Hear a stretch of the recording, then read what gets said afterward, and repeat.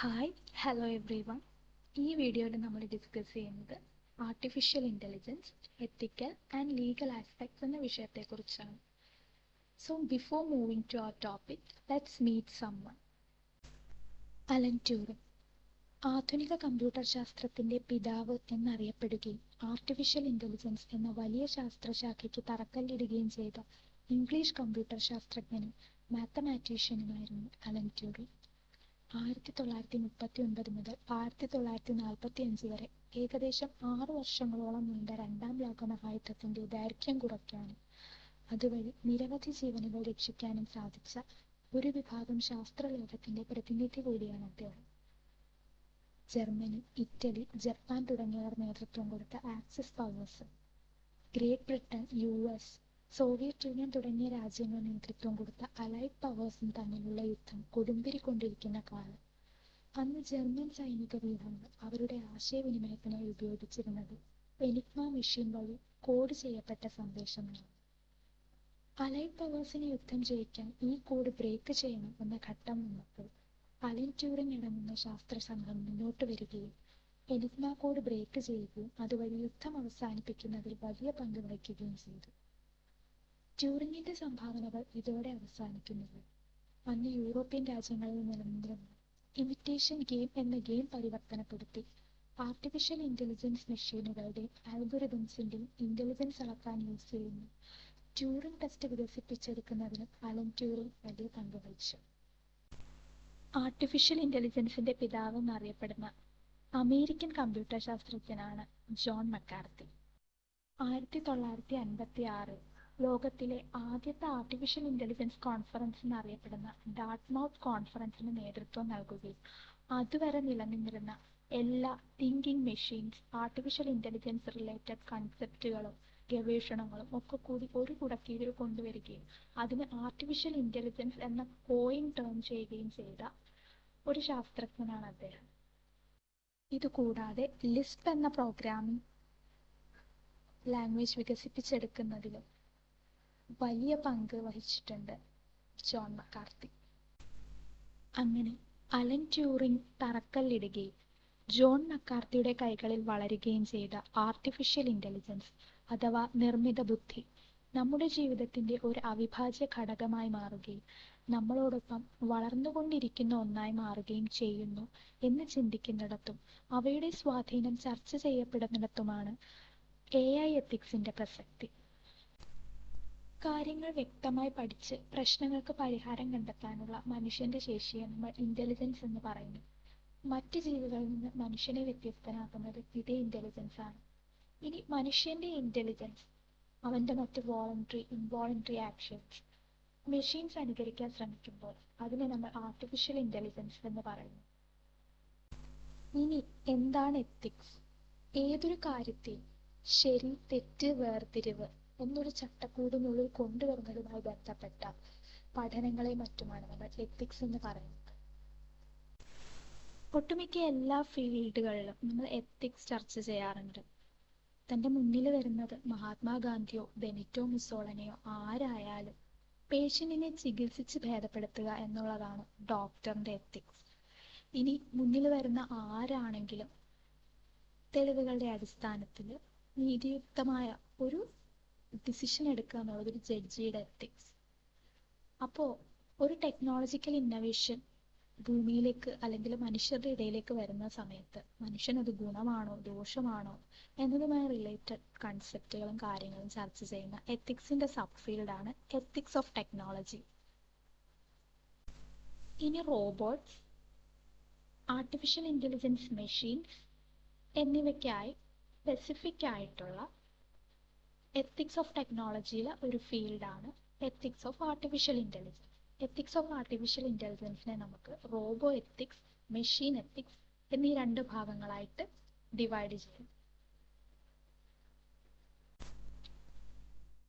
ഗ്യാൻമാർക്കോ വെറൂക്കിയോ എന്ന Italian robotic scientist 2002 coin ചെയ്തൊരു ടേമാണ് robo ethics. ഒരു റോബോട്ടിനെ ക്രിയേറ്റ് ചെയ്യുന്ന സമയത്ത് അതിന്റെ ക്രിയേറ്റേഴ്സ് ഫോളോ ചെയ്യേണ്ടതായിട്ട് ഡിപ്ലോയ്മെന്റിന് ശേഷം റോബോട്ട്സ് സൊസൈറ്റിയിൽ ഫോളോ ചെയ്യേണ്ടതായിട്ടുള്ള കുറച്ച് റൂൾസ് ആൻഡ് റെഗുലേഷൻസ് ആണ് റോബോ എത്തിക്സിൽ വരുന്നത്. ഇതുകൂടാതെ സൊസൈറ്റിക്ക് തിരിച്ച് അതിൻ്റെ റോബോട്ട്സിനോടുള്ള കുറച്ച് മോറൽ ഒബ്ലിഗേഷൻസും കാര്യങ്ങളും ഉണ്ട്.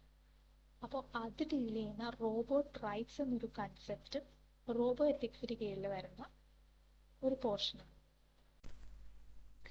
ഒരു ആർട്ടിഫിഷ്യൽ ഇൻ്റലിജൻറ്റ് മെഷീൻ അല്ലെങ്കിൽ അൽഗരിതംസ് അവരെങ്ങനെ പുതിയ കാര്യങ്ങൾ പഠിക്കുന്നു, ഇനി അവർ ഹ്യൂമൻസിൽ സുപ്പീരിയർ ആവുമോ അല്ലയോ, അവർക്ക് നമ്മളിൽ എന്തൊക്കെ സ്വാധീനം അവർക്ക് ചെലുത്താൻ സാധിക്കുന്നു. അപ്പോൾ അതുമായൊക്കെ ബന്ധപ്പെട്ട കാര്യങ്ങൾ ഡീൽ ചെയ്യുകയും ചർച്ച ചെയ്യുകയും ചെയ്യുന്ന വളരെ ഇൻട്രസ്റ്റിംഗ് ആയിട്ടുള്ള ഒരു ഫീൽഡാണ് മെഷീൻ എത്തിക്സ്. അപ്പോൾ ആർട്ടിഫിഷ്യൽ ഇൻ്റലിജൻസ് എത്തിക്സ് എന്ന കൺസെപ്റ്റ് നമ്മൾ ചർച്ച ചെയ്യുമ്പോൾ നമുക്ക് ഒരിക്കലും ഒഴിച്ചുകൂടാനാവാത്ത ഒരു ടോപ്പിക്കാണ് 3 laws of robotics. ഇനി 3 laws of robotics എന്താണ് ചർച്ച ചെയ്യുന്നതെന്ന് നമുക്ക് നോക്കാം. അപ്പോൾ ഫസ്റ്റ് ലോ പറയുന്നത് a robot may not injure a human being or through inaction allow a human being to come to harm. ഒരു റോബോട്ട് ഹ്യൂമൻ ബീങ്സിനെ ഒരു വിധേനയും ഇഞ്ചുർ ചെയ്യാൻ പാടില്ല. അതേപോലെ തന്നെ ഒന്നും ചെയ്യാതിരിക്കുക വഴി ഹ്യൂമൻ ബീങ്സിന് ഒരു ഇഞ്ചുറി ഏൽക്കാൻ സമ്മതിക്കാനോ പാടില്ല. ഇപ്പോൾ ഒരു റോബോട്ട് ഹ്യൂമൻ ബീങ്ങിനെ ഇഞ്ചുർ ചെയ്യാൻ പാടില്ല, അതേപോലെ ഒരു ഹാം ഹ്യൂമൻ ബീങ്ങിന് ഉണ്ടാവാൻ റോബോട്ട് അനുവദിക്കാനും പാടില്ല. ഇനി സെക്കൻഡ് ലോ എന്താണ് പറയുന്നത്? ഈ ഫസ്റ്റ് ലോയ്ക്ക് കോട്ടം തട്ടാത്ത രീതിയിൽ ഹ്യൂമൻ ബീങ് കൊടുക്കുന്ന ഏത് നിർദ്ദേശവും റോബോട്ട് പാലിക്കണം. പക്ഷെ ഫസ്റ്റ് ലോയ്ക്ക് ഒരിക്കലും കോട്ടം തട്ടാൻ പാടില്ല. അതായത് ഇപ്പം ഞാനൊരു റോബോട്ടിനെ ഉണ്ടാക്കി, എൻ്റെ റോബോട്ടിനെ ഉണ്ടാക്കിയിട്ട് ഞാൻ ഈ ഭൂമിയിലെ എല്ലാ മനുഷ്യരെയും നശിപ്പിക്കാൻ എൻ്റെ റോബോട്ടിനോട് പറഞ്ഞു കഴിഞ്ഞാൽ എൻ്റെ റോബോട്ട് അത് ചെയ്യാൻ പാടില്ല. കാരണം അങ്ങനെ ചെയ്തു കഴിഞ്ഞാൽ അത് ഫസ്റ്റ് ലോയ്ക്കുള്ള ഹാം സംഭവിക്കും. ഫസ്റ്റ് ലോ പറയുന്നത് ഹ്യൂമൻ ബീങ്സിനെ ഇൻഷുർ ചെയ്യാൻ പാടില്ല എന്നുള്ളതാണ്. പക്ഷെ ഞാൻ എൻ്റെ റോബോട്ടിനെ ഉണ്ടാക്കി എല്ലാ ഹ്യൂമൻ ബീങ്സിനും നശിപ്പിക്കാൻ പറഞ്ഞു കഴിഞ്ഞാൽ അത് ഫസ്റ്റ് ലോയെ ഹാം സംഭവിക്കുന്ന രീതിയിലായിരിക്കും. അപ്പോൾ അങ്ങനത്തെ ഒരു ഇൻസ്ട്രക്ഷൻ എൻ്റെ റോബോട്ട് ഫോളോ ചെയ്യാൻ പാടില്ല. അപ്പോൾ ഫസ്റ്റ് ലോയ്ക്ക് കോട്ടം തട്ടാത്ത രീതിയിൽ മനുഷ്യൻ കൊടുക്കുന്ന എന്ത് നിർദ്ദേശങ്ങളും റോബോട്ട് പാലിക്കണം. ഇനി മൂന്നാമത്തെ ലോ പറയുന്നത് a robot must protect it's on existence. നമ്മൾ ഒരുപാട് കോസ്റ്റ് ഒക്കെ മുടക്കി ഉണ്ടാക്കുന്ന റോബോട്ടാണ്.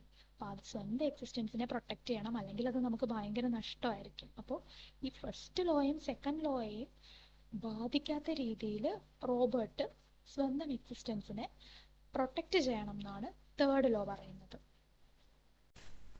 3 laws of robotics ആദ്യമായി പ്രത്യക്ഷപ്പെടുന്നത് ഐസക് അസിമോവിന്റെ ഐ റോബോട്ട് എന്ന ഷോർട്ട് സ്റ്റോറി കളക്ഷനിലാണ്. 1950 റിലീസ് ചെയ്ത ഒരു ഷോർട്ട് സ്റ്റോറി കളക്ഷനാണ് ഐ റോബോട്ട്. അപ്പോൾ ഐ റോബോട്ട് എന്ന് കേൾക്കുമ്പോൾ നമ്മുടെ മനസ്സിൽ ആദ്യം ഓടിയെത്തുക 2004 റിലീസായ വിൽ സ്മിത്ത് അഭിനയിച്ച ഐ റോബോട്ട് എന്ന ഹോളിവുഡ് മൂവി ആയിരിക്കും.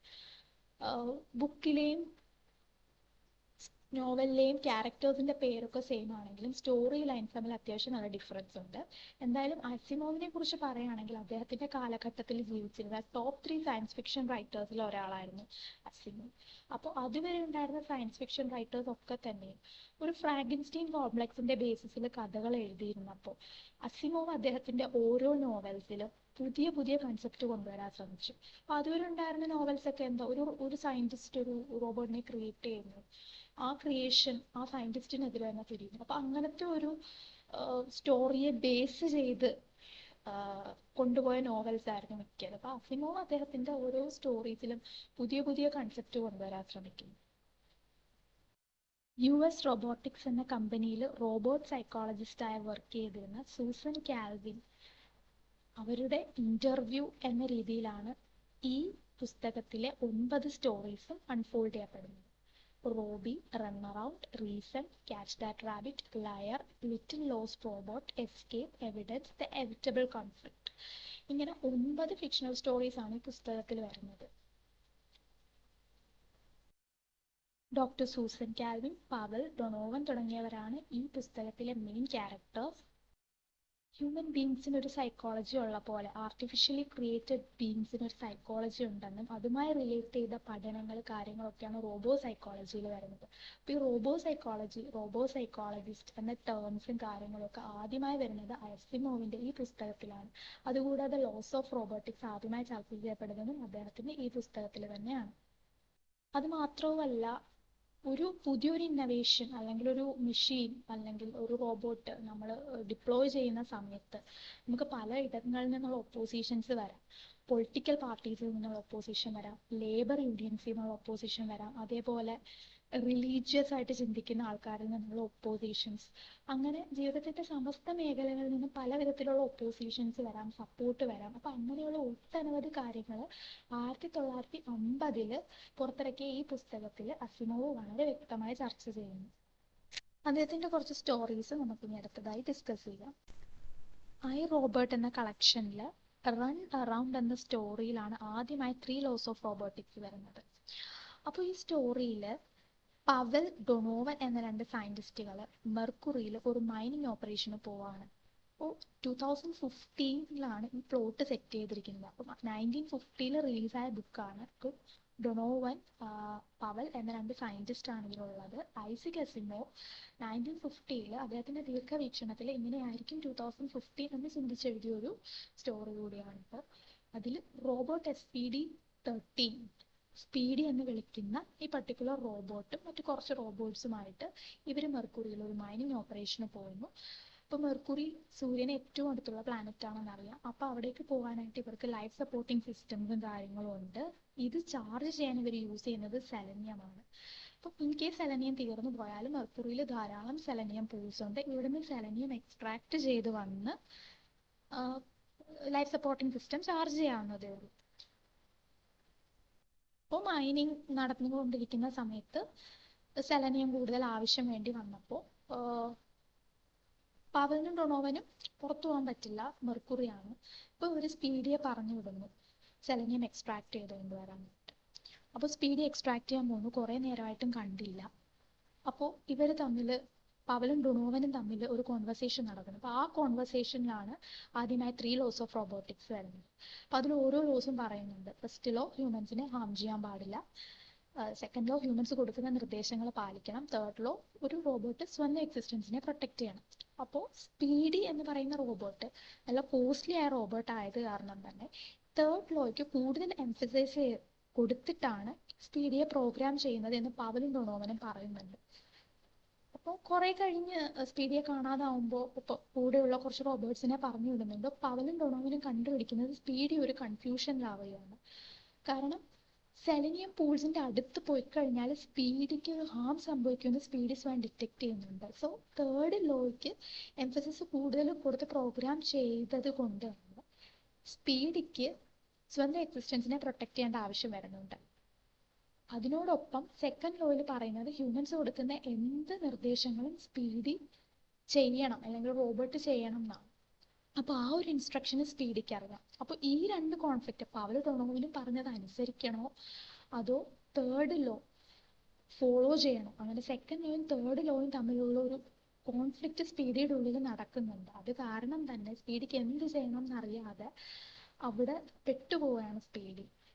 അറ്റ് ലാസ്റ്റ് പവലും ഡൊണോവനും സ്പീഡി അവിടെ നിന്ന് റിക്കവർ ചെയ്ത് കൊണ്ടുവരുന്നുണ്ട്. അപ്പോൾ ഈ 3 ലോസ് ഓഫ് റോബോട്ടിക്സ് തമ്മിലുള്ള ഒരു കോൺട്രഡിക്ഷൻ വന്നു കഴിഞ്ഞാൽ ഒരു റോബോട്ട് എങ്ങനെ ചിന്തിക്കും?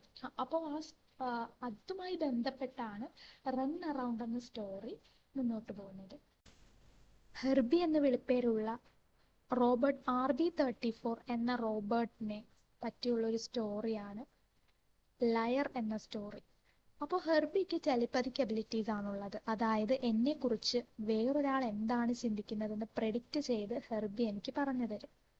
മറ്റൊരാൾ നമ്മളെക്കുറിച്ച് മോശമായിട്ടാണ് ചിന്തിക്കുന്നതെങ്കിൽ നമുക്കൊക്കെ വിഷമം തോന്നും. അതേപോലെ നമ്മൾ എക്സ്പെക്ട് ചെയ്യുന്ന രീതിയിലല്ല അവരുടെ പ്രവർത്തികളെങ്കിലും നമുക്ക് വിഷമം തോന്നും. അപ്പോൾ ഫസ്റ്റ് ലോ ഓഫ് റോബോട്ടിക് പറയുന്നത് ഹ്യൂമൻ ബീങ്സിനെ ഒരു തരത്തിലും റോബോട്ട് ഹാം ചെയ്യാൻ പാടില്ല എന്നുള്ളതാണ്. അപ്പം മറ്റൊരാൾ എന്നെക്കുറിച്ച് മോശമായിട്ട് ചിന്തിക്കുന്ന ഒരു കാര്യമാണ് ഹെർബി എനിക്ക് പ്രെഡിക്റ്റ് ചെയ്ത് പറഞ്ഞു തരുന്നത് എന്നുണ്ടെങ്കിൽ എനിക്ക് ഭയങ്കര വിഷമം തോന്നും. അപ്പോൾ ഹെർബി എന്താ ചെയ്യുക? ഫസ്റ്റ് ലോയെ അനുസരിച്ച് എന്നോട് കള്ളം പറയും. മറ്റൊരാൾ എന്നെക്കുറിച്ച് നല്ല രീതിയിലാണ് ചിന്തിക്കുന്നതെന്ന് എനിക്ക് സന്തോഷം വരാൻ വേണ്ടി ഹെർബി കള്ളം പറയും. പക്ഷെ കള്ളം പറഞ്ഞാൽ അതിൻ്റെ ഫലം പിന്നീട് അതിലും വലിയ ഗുരുതര ഫലമായിരിക്കും. അപ്പോൾ അത് പിന്നെയും പ്രശ്നങ്ങളിലേക്ക് ലീഡ് ചെയ്യും. അപ്പോൾ ആ ഒരു സമയത്ത് ഹെർബി എന്ന റോബോട്ട് അനുഭവിക്കുന്ന സൈക്കോളജിക്കൽ പ്രോബ്ലംസും കാര്യങ്ങളും ഡീൽ ചെയ്യുന്ന ഒരു സ്റ്റോറിയാണ് ലയർ എന്ന സ്റ്റോറി. അപ്പോൾ ഇങ്ങനെ വ്യത്യസ്തമായ 9 ഡിഫറെൻറ്റ് പ്ലോട്ടിൽ പോകുന്ന കുറേ അധികം സ്റ്റോറീസ് ആണ് ഐ റോബോട്ട് എന്ന പുസ്തകത്തിലുള്ളത്. ആർട്ടിഫിഷ്യൽ ഇൻ്റലിജൻസ് എത്തിക്സ് വളരെ വിശദമായി ചർച്ച ചെയ്യുന്ന എക്കാലത്തെയും ക്ലാസിക് സ്റ്റോറി കളക്ഷൻ കൂടിയാണ് ഐ റോബോട്ട് എന്ന പുസ്തകം.